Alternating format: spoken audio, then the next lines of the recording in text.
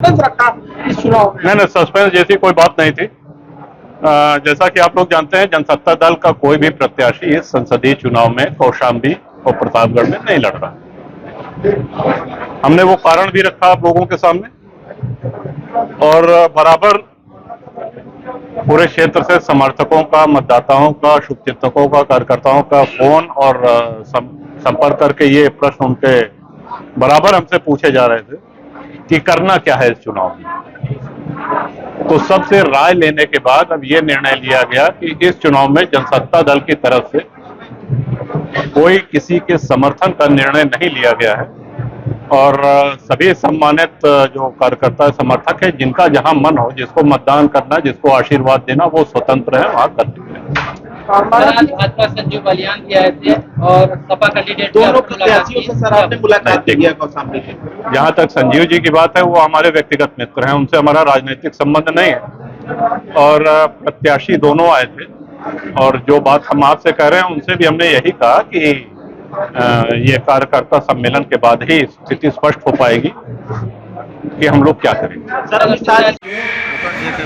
दोनों विधानसभा कुंडा और बाबागंज में सारे राष्ट्रीय दल को पीछे छोड़ दिया। कहीं भाजपा तीसरे पे आई, कहीं सपा तीसरे पे आई।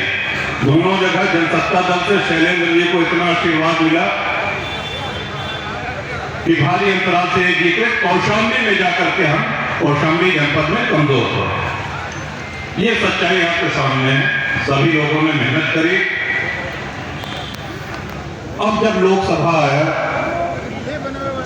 तो किसी कारणवश या कुछ कारणोंवश गठबंधन नहीं हो सका किसी दल से और ये निर्णय लिया गया कि इस बार जनसत्ता दल के झंडे से चुनाव नहीं लड़ना है। आप लोगों के मार्गदर्शन के लिए हम सभी लोग जैसे परिवार में रहते हैं, छोटे मोटे निर्णय स्वयं लिया करते हैं, लेकिन जब बड़ा कोई बात होती है तो मैंने अपने परिवार में पूछा था कि कहो यहाँ वो सब जने ऐसी ऐसी बात है, हमें क्या की गया है। तो ये परिवार की बैठक हो रही है, ये कोई जनसभा नहीं है। सब परिवार बड़ा है तो बैठक भी बड़ी होगी और ये आपसे दिशा निर्देश, आपकी राय लेने के लिए, इसमें कहीं किसी का कोई स्वार्थ नहीं है, लेकिन हमारे मन में कुछ उलझन है, कुछ समस्या है और एक से अधिक के अपने इस राजनीतिक जीवन काल में हमने पूरी सदैव पारदर्शिता रखी है, अपनी विश्वसनीयता बना करके रखी है और हमारी सबसे बड़ी चिंता यही रहती है कि जो आपका स्नेह, आपका प्रेम और आपका विश्वास मुझको मिलता रहा है, कहीं किसी हमारी कमी के कारण, हमारी किसी गलती के कारण उस प्रेम में, उस विश्वास में कोई कमी न हो पाए। इसीलिए अब आ जाए, जब कोई प्रत्याशी लड़ाया जाता है तो आगे से पीछे 20 बार।